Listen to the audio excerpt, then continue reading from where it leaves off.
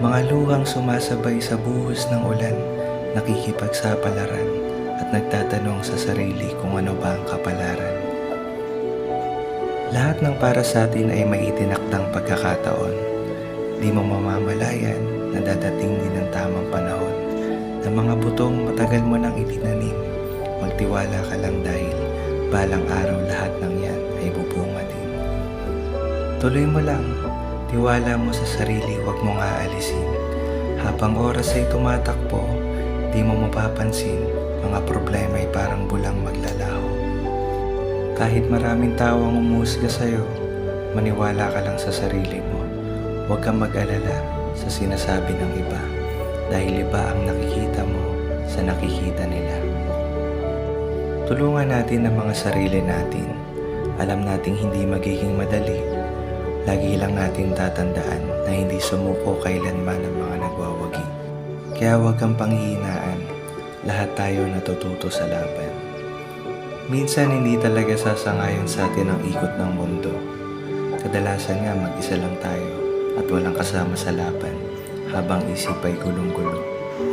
Litong-lito sa paghahanap na makakapagpasaya sa atin, pero di natin napapansin na ang makakapagpasaya pala sa atin ay walang iba kundi ang mga sarili natin.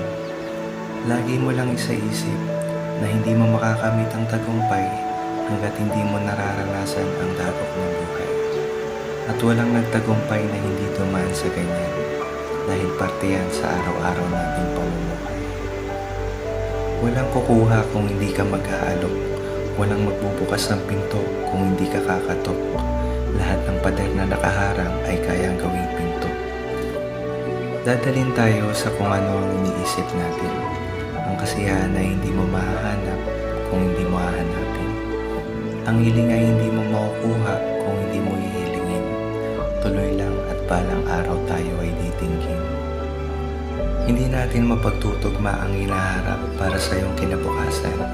Ang mapagtutugma mo lang ay ang iyong mga naranasan.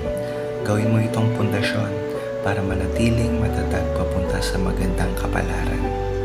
Hindi mahalaga kung ilang beses tayong patumbahin ng buhay. Ang mahalaga ay kung ilang beses kang bumangon para makamit ang tagumpay. Huwag kang susuko dahil ang nagtagumpay ay isa ring natalo na isang beses pang sumubok. Ang nasayang na oras sa pag-iisip ay hindi na maibabalik, pero hindi kailanman magiging huli ang lahat para sa gusto mong makamit. Bitawan natin ang mga problema at huwag tayong mag-alala. Ang ibon na hindi makakalipad ng mataas kung may mabigat na dinadala. Magpatuloy lang at habang lumilipas ang panahon sa gusto mong puntahan, isipin mo lang na mas malapit ka na ngayon kaysa kahapon. Tiyagaan mo lang sa maraming pagsubok at kabiguang nararanasan mo. Tatagan mo lang at siguradong lahat yan ay malalagpasan mo. Magtiwala ka lang at kaya mo yan.